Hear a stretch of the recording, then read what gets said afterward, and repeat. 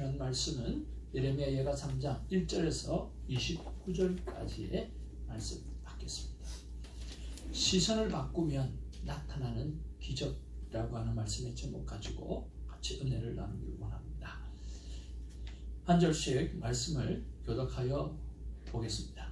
내 고초와 재난 곧 습과 담즙을 기억하소서. 내 마음이 그것을 기억하고 내가 낙심이 되오나 이것을 내가 내 마음에 담아 두었더니 그것이 오히려 나의 소망이 되었사오면 여호와의 인자와 긍휼이 무궁하심으로 우리가 진멸되지 아니함이니라. 이것들이 아침마다 새로우니 주의 성실하심이 크시도소이다. 내 심령이 이르기를 여호와는 나의 기업이시니 그러므로 내가 그를 바라리라 하더라. 기다리는 자에게나 구하는 영혼들에게 여호와는 선하시도다. 사람이 여호와의 구원을 바라고 잠잠히 기다림이 좋도다. 사람은 젊었을 때에 멍에를 매는 것이 좋으냐? 혼자 앉아서 잠잠할 것은 주께서 그것을 그에게 메우셨음이라. 다 같이 봅니다. 그들의 입을 땅에 찌끄러질지어다. 혹시 소망이 있을지어다. 아멘. 감사합니다. 앞뒤 좌우로 인사 나누겠습니다. 사랑합니다. 축복합니다. 사랑합니다. 축복합니다. 우리는 하나님의 큰 기쁨입니다. 우리는 하나님의 큰 기쁨입니다. 아멘. God is good. all the time. 갈등하고 있다라고 하는 것은 살아있다라고 하는 증거이죠. 그래서 우리가 눈을 가지고 있지만 어디를 보고 있는지 또 어디를 봐야 하는지 우리가 갈등할 때가 참 많습니다. 예전에는 여성들이 이조시대 때만 해도 싹 다 가리고 그것다 위에까지 써가지고 눈만 바짝바짝 내놓고 다녔는데 요즘은 싹 다 벗고 다녀가지고 어디를 봐야 될지 우리가 모를 때가 참 많습니다. 또 봐야 될지 보지 말아야 될지 그것도 갈등이고, 남자는 또 봐야 건강하다 그러는데 그걸 또 안 본다고 해서 또 하여튼 잘 모르겠습니다. 근데 어디를 봐야 될지를 잘 모르겠습니다. 어디를 바라봐야 될지, 눈은 가지고 있는데 어디를 보고 있는지 또 어디를 봐야 하는지. 그래서 이런 생각을 해보았습니다. 지금 나는 어디를 바라보고 있는가? 지금 세상은 어디를 가고 있는가라고 하는 부분에서요. 그래서 여러분 2022년 초중고 학생들의 희망, 직업에 대해서 한번 생각해 보았습니다. 그들은 과연 어떤 생각을 하고 있는가라고 하는 거죠. 그들의 꿈은 무엇인가? 그들이 희망하는 직업이 무엇인가 하는 생각을 해 보았어요. 그랬더니 1번부터 여러 가지 10위까지 이렇게 쭉 있는데, 초등학생 넘버원이 운동선수예요. 왜 운동선수일까요? 정답은 없습니다만 왜 운동선수일까요?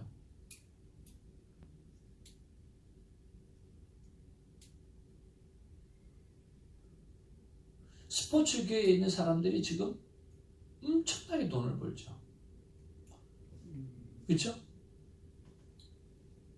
그러니까 운동하고 최고의 운동선수가 되어서 생각할 수 없는 어마어마한 돈을 버는 거죠. 그리고 그런 축구선수를 또 누가 좋아해요? 이상하게 연예인들, 미인들이 또 좋아해요. 그러니까 초등학생이 바라볼 때는 그게 참 환상인 것 같아요. 그리고 참 감사한 게 교사가 그렇게 많아요. 저희 때는 교사 할 게 없어서 선생 하나 뭐 그런 이야기도 우리 하고 그렇게 했는데, 우리 형 선생님이었거든요. 그래서 우리 형 보고 센세이라고 이야기하고, 아이고 쥐꼬리만한 그 월급 갖고 어떻게 사냐고 그렇게 이제 이야기하기도 하고. 선생님이 월급 작은 공무원 중에 한 사람으로 이렇게 치고받을 때가 되게 많았거든요. 그런데 오늘 중학생, 고등학생 뭐 다 합쳐가지고 교사가 넘버원이에요. 굉장히 많아요.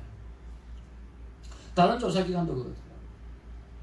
그리고 의사, 간호사, 크리에이트, 운동선수, 군인, 의사, 경찰관, 수사관, 경찰관, 수사관 이런 쪽에 다 꾸민 거예요.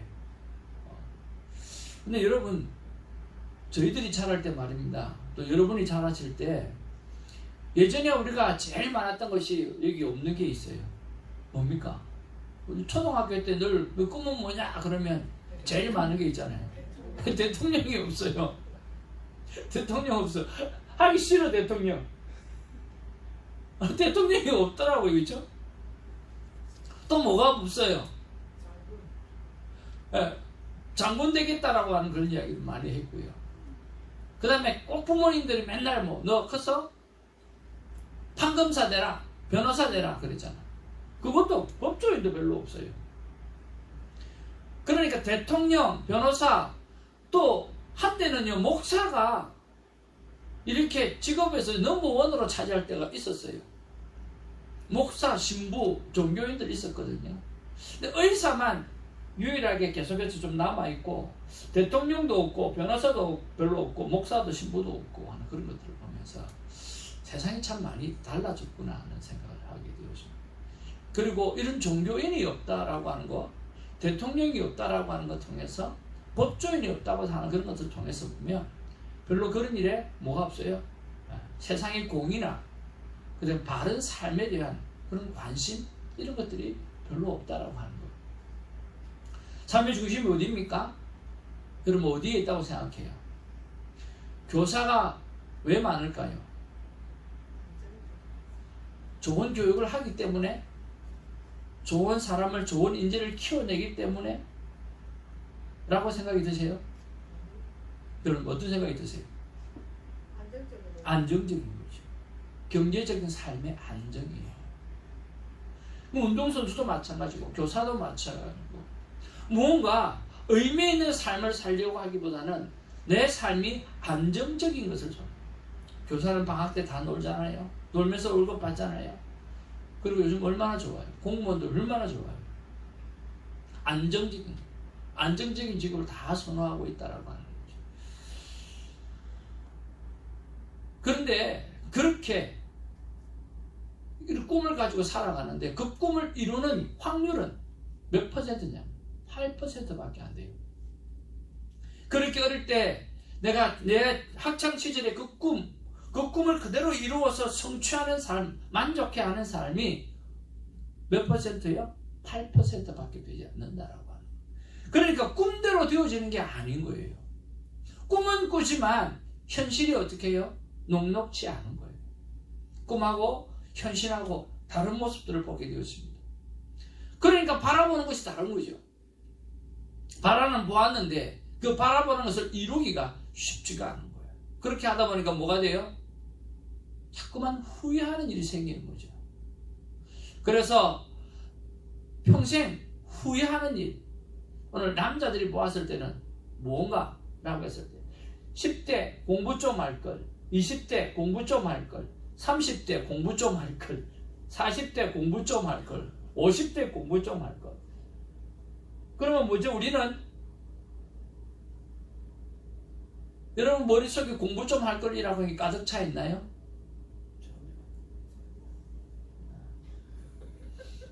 꽤 많이 있을 것 같은데요.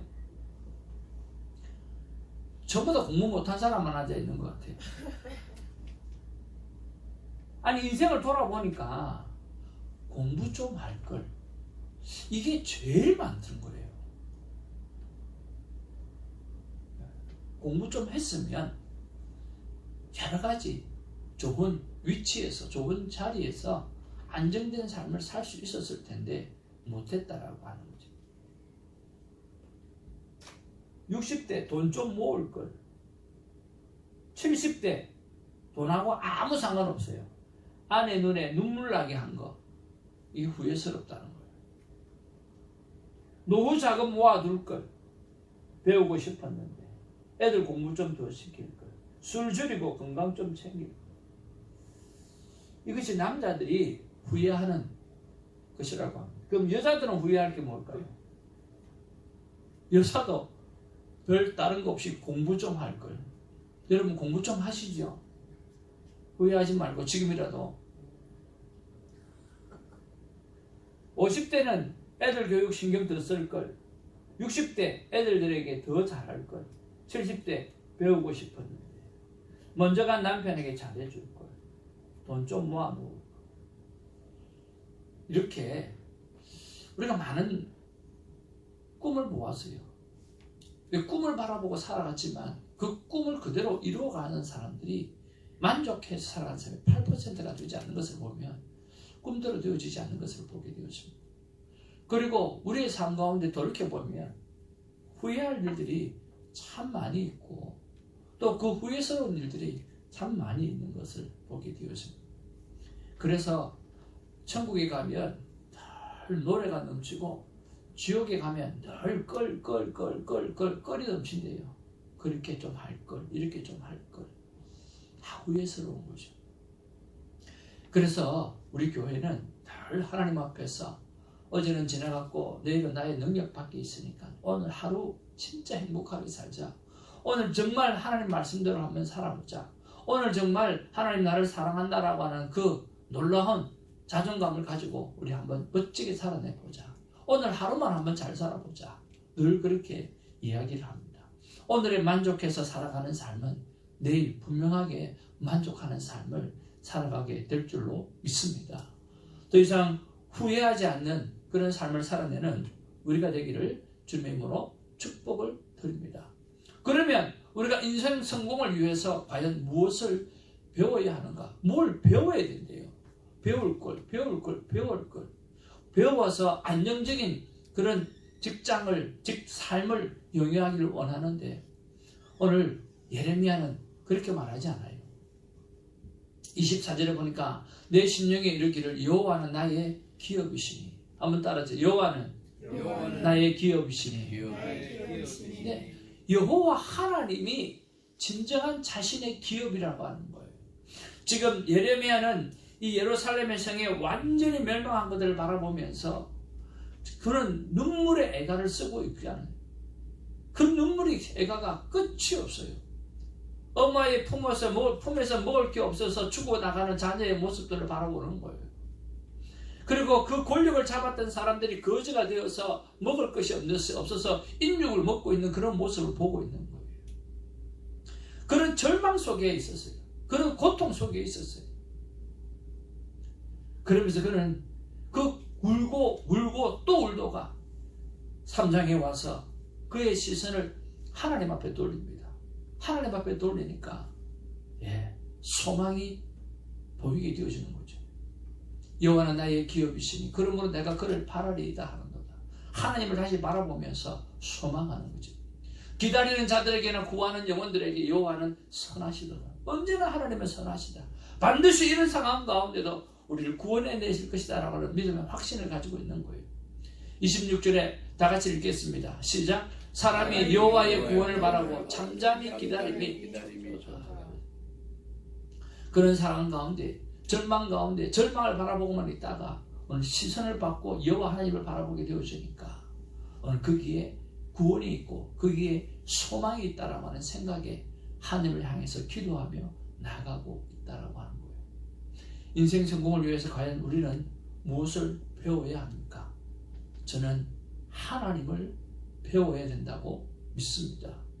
그 하나님을 배울 때에 그분이 나의 기업이 되어져서 모든 것을 책임주시는 놀라운 일을 경험하게 될 줄로 믿습니다.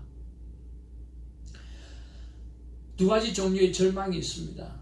오늘 예레미야는 예루살렘의 파괴된 모습을 바라보면서 인죽을 먹는 그런 모습을 바라보면서 오늘 절망으로 끝나는 절망을 경험하고 있는 것 같지만 아니요. 오늘 소망이 있는 절망을 경험하고 있어요. 시선을 바꾸었기 때문에 그래요. 그래서 제 삶을 한번 돌아보았습니다. 제가 신앙적 핍박을 받았을 때, 신앙적인 문제에서 절망이 있었을 때, 그때 하나님께서는 디모데 3장 12절 말씀을 통해서 저를 그 시간을 보내게 하셨습니다. 가정에 위기가 있었습니다. 정말 같이 못 살겠다고 생각할 때가 있었습니다. 정말 힘들다라고 하는 생각할 때가 있었습니다. 정말 같이 살고 싶지 않을 때가 있었습니다. 그런데 큐티의 삶과 대화법을 통해서 그 위기를 하나님 앞에서 견뎌 나갔습니다. 신분의 위기가 있었습니다. 리젝트를 통해 가지고 더 이상 미국에 살 수 없는 상황이 되었습니다. 어떻게 방법이 없었습니다. 그때 하나님께서 기도하게 하실 때 네가 내 일을 하면 내가 네 일을 하겠다라고 말씀하시면서 믿음으로 견뎌내게 하셨습니다. 그래서 신분의 위기를 이겨내었습니다. 우리의 삶 가운데 경제적인 위기가 있었습니다. 한국에서 올 때 겨우 성도님들이 챙겨주시는 얼마의 돈밖에 가져오지 못했습니다. 하루에 4가지 잡들을 서로가 해나가면서 600불짜리 차를 타고 차 하나 가지고 움직이면서 숱한 고난과 어려움이 있었습니다. 교회에 300불짜리 렌트비를 내지 못해서 힘들어했을 때가 있었고, 신분의 그 문제를 해결하기 위해서 돈을 내지 못해서 남에게 빌려야 되는, 그리고 3년 동안 그것을 갚아야만 했던 그런 위기가 있었습니다.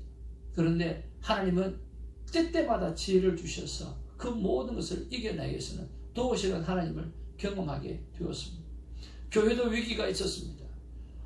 늘 교회 위기가 있었습니다. 그때는 하나님께서 대학 때 주셨던 그 마음, 주님께서 친히 성장시키시는 교회는 네가 정말 성령 충만해서 그 성령 충만한 삶이 내 삶 가운데 가득하게 되어질 때 주께서 구원받는 백성을 더해 주시는 거라고 말씀해 주셨기 때문에, 그런 비전이 있었기 때문에 항상 교회의 성장의 모든 이유를 내 책임으로 돌렸지 그 어떤 누구의 책임으로도 돌리지 않았습니다. 내가 성령 충만하지 않아서, 내가 더 나누지 않아서, 내가 더 은혜의 삶을 살지 못해서, 내가 하나님이 부어주신 그 사랑을 하지 못했기 때문에 이 모습이다라고 늘 돌아보면서 나를 채찍질했지 그 어느 누구도 저는 불평하지 않았습니다. 죽음의 질병의 위기가 여러 번 있었습니다만 하나님 그 찬양의 힘을 통해서 하나님께서 그 모든 것을 견뎌내게 하셨습니다. 결론이 무엇입니까? 결론은 바로 하나님이었다라고 하는 거예요. 하나님이었어요. 하나님께서 그 문제를 다 해결해 주셨어요. 최근에 생명대화법을 공부를 하면서 어떻게 사람을 공감해 줘야 되나, 이 공감이라고 하는 문제에서 어떻게 공감을 해줘야 되나 참 공부를 하고 싶었어요. 그래서 공감이라고 하는 단어를 치고 유튜브에 나와 있는 수많은 강의를 들었어요. 수많은 강의를 들었는데 이 정혜신이라고 하는 이 정신과 닥터가 이 당신이 옳다라고 하는 책을 쓰고 수많은 사람에게 도전을 주고 있더라고요. 여러분 15분 세밭이라고 하는 그게 참 좋은 강의를 많이 하고 있지 않습니까? 근데 이분 강의가 남다른 거예요. 제 마음을 확 사로잡는 거예요. 와, 세상에 공감은 저렇게 하는구나. 저렇게 공감해야 되겠구나. 이런 생각이 가득 들었어요. 그래서 이 책을 3권을 한국에 오다 해가지고 받아와서 우리 졸업할 때 전도사님한테도 나눠드리고 그렇게 했어요. 여러분 이 책 혹시 들어본 적 있나요? 들어본 적 없죠? 여러분의 마음의 공감을 좀 받고 싶으면 여러분 이 책이나 이 영상을 한번 보시길 바랍니다. 많이 보시지는 말기를 바랍니다. 그래서 제가 이분이 백그라운드가 어떻게 되나 하는 생각을 해보았습니다. 여러분 한국의 파랑새라고 하는 김미경 씨도 좋은 신앙인입니다. 그리고 그 김창옥 씨도 신앙인입니다. 그래서 이분도 당연히 좋은 신앙인이겠지라고 생각을 했습니다. 근데 좋은 신앙의 가정에서 자랐는 데는 자랐긴 자랐지만 신앙을 떠난 사람이더라고요. 그리고 굉장히 놀랬던 게 뭐냐고 하면 결혼을 했고 6년 만에 이혼을 했더라고요. 그리고 정신과 닥터로 일하면서 클라이언트 자기에게 치료를 받으라고 했던 사람에게 서로 이렇게 이야기를 나누면서 그 건강한 가정, 그 남편이 고백하기를 내가 이 정신과 닥터와 결혼하기 전까지 우리 가정은 나쁘지 않았습니다라고 인터뷰하고 고백을 했더라고요. 그런데 이 사람이 더 좋아서 이 사람과 10년의 결혼을 깨고 이 사람과 결혼을 했다고 이야기를 하더라고요. 이 사람의 백그라운드를 그만 보게 된 게 강의를 들으면 들을수록 좀 성경적이지 못한 부분들이 있다는 생각이 자꾸만 드는 거예요. 공감은 참 잘해주는데 그 공감의 결과가 말씀으로 가지 못하는 부분들이 생겨나는 거예요. 이상하다.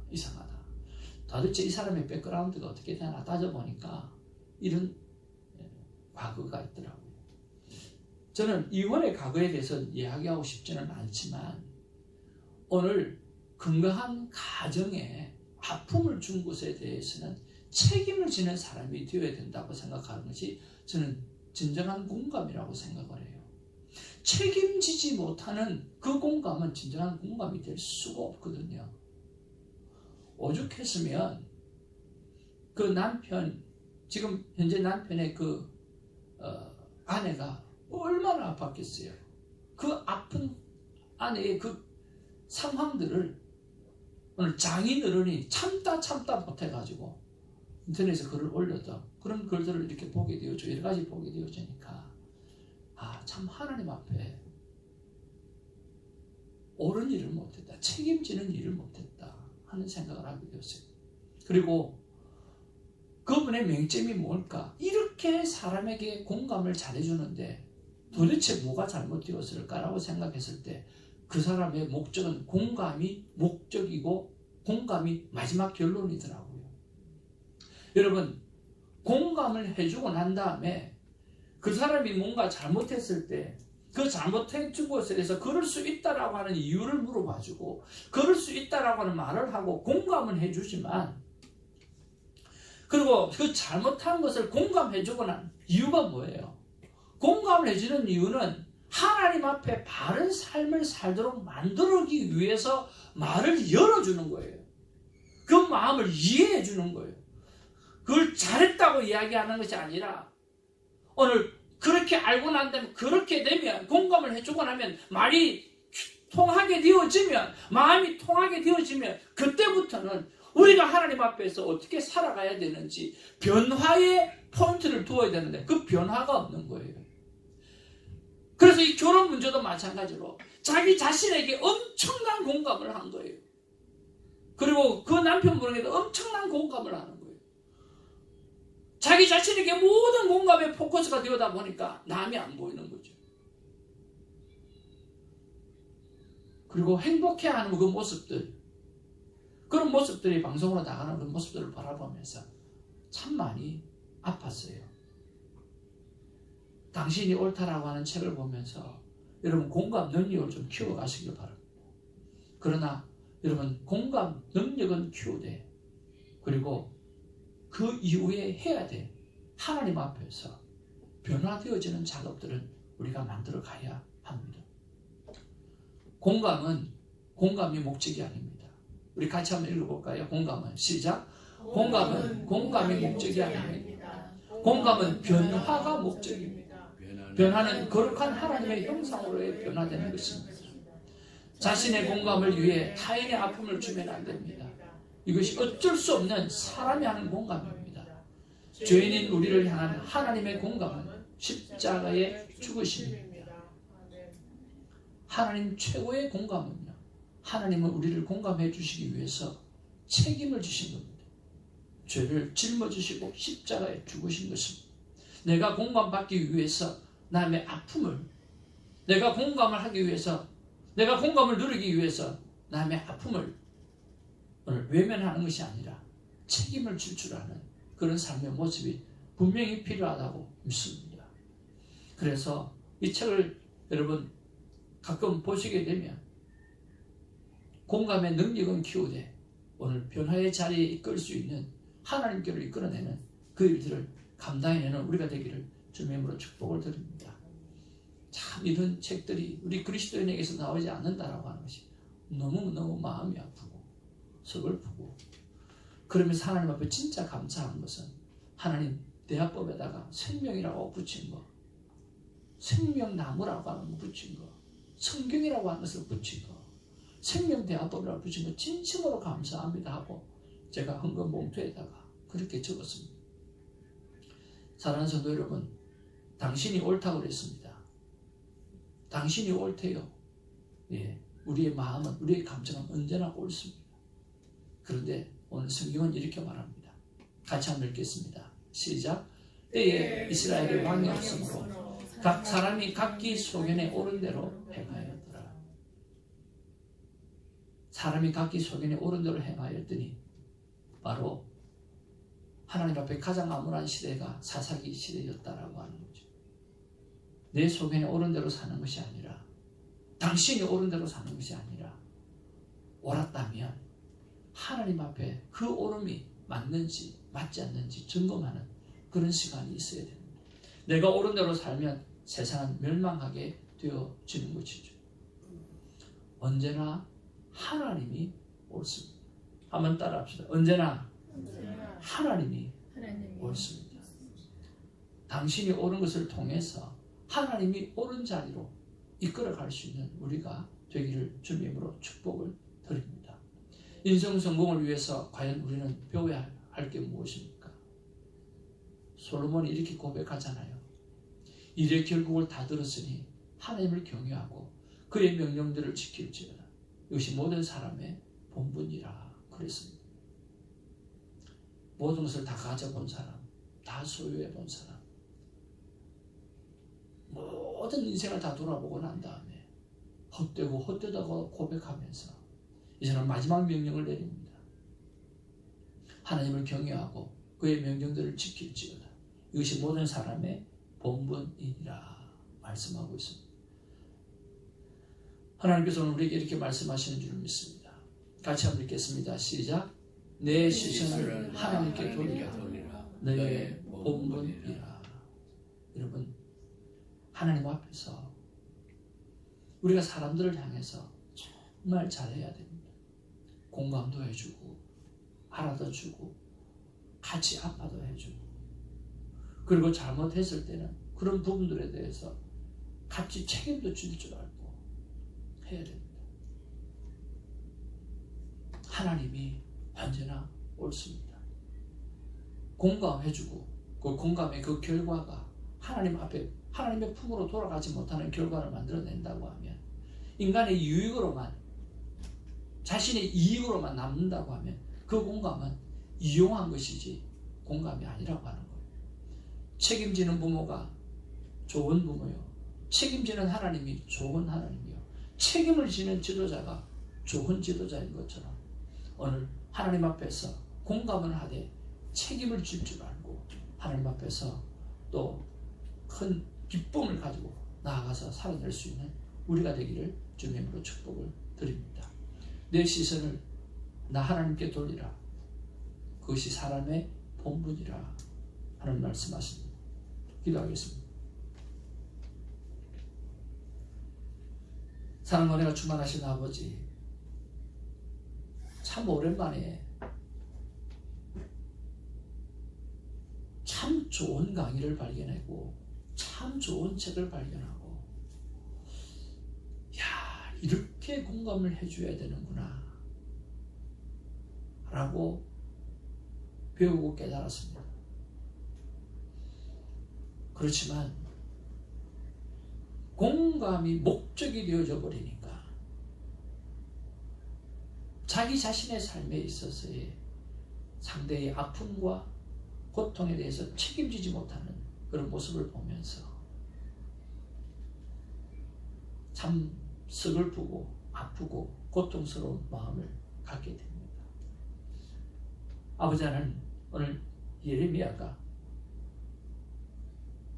예루살렘의 평망을 바라보고 눈물을 흘리며 애가를 부릅니다. 너무나 힘이 들었습니다. 너무나 고통스러웠습니다. 거기에 집중하다 보니까 애가가 죽을 것 같아요. 예레미야가 죽을 것 같아요. 그러나 그의 시선을 이제 돌려서 하나님을 바라보니까 소망이 보이고, 하나님을 바라보니까 하나님의 선하심이 보이고, 하나님을 바라보니까 우리가 하나님 앞에 하나님을 바라보고 잠잠히 있기만 하면 하나님의 구원의 손길이 우리에게 펼쳐질 것이라고 하는 소망이 생기는 것을 오늘 본문의 말씀을 통하여 듣습니다. 아버지 하나님이여, 패역한 세상을 바라보면서 같이 아파하고 눈물 흘리는 것도 중요하지만 하나님을 향해서 소망의 길을 다시 한번 바라볼 수 있는 시선이 우리에게 더 중요한 것인 줄 기억하게 하여 주옵소서. 절망할 때에 절망으로 끝나는 절망을 바라보는 것이 아니라 내 삶의 절망이 올 때에 여호와 하나님을 바라보는 소망의 절망을 가질 수 있는 우리가 되게 하여 주옵소서. 잘못 살 수도 있습니다. 잘 못할 수도 있습니다. 늘 바보처럼 살 수도 있습니다. 그러나 바보처럼 사는 내 삶 속에 우울증하고 빠져들어가지 않게 하시고 우리의 소망 되시는 여호와 하나님을 바라보는 시선을 돌릴 수 있도록 하나님 역사하여 주시옵소서. 하나님께서 사람의 본분에 대해서 말씀해 주셔서 감사합니다. 그것은 하나님의 말씀을 지켜내는 것이고 하나님의 말씀대로 살아내는 것입니다. 그 일을 멋지게 해내는 우리 교회, 우리 모든 성도님들 될 수 있도록 역사하여 주옵소서. 예수님의 이름으로 기도하옵나이다. 아멘. 감사합니다. 우리 오늘 시간에 우리 정필원 목사님 특별 찬양해 주실 텐데요. 평생에 늘 혼자 못 샀는데 늘 다니시면서 이렇게 노래로 전도하시고, 그래서 오늘 덕성은 뭘 하시겠냐고 물어봤더니 목사님께서 뭐라 그러시냐고 하면 평생에 거리 전도할 때 불렀던 찬양, 그 찬양 하나님 앞에 올려드리고 싶다고 그렇게 말씀해 주셨어요. 우리 크게 한번 박수하겠습니다.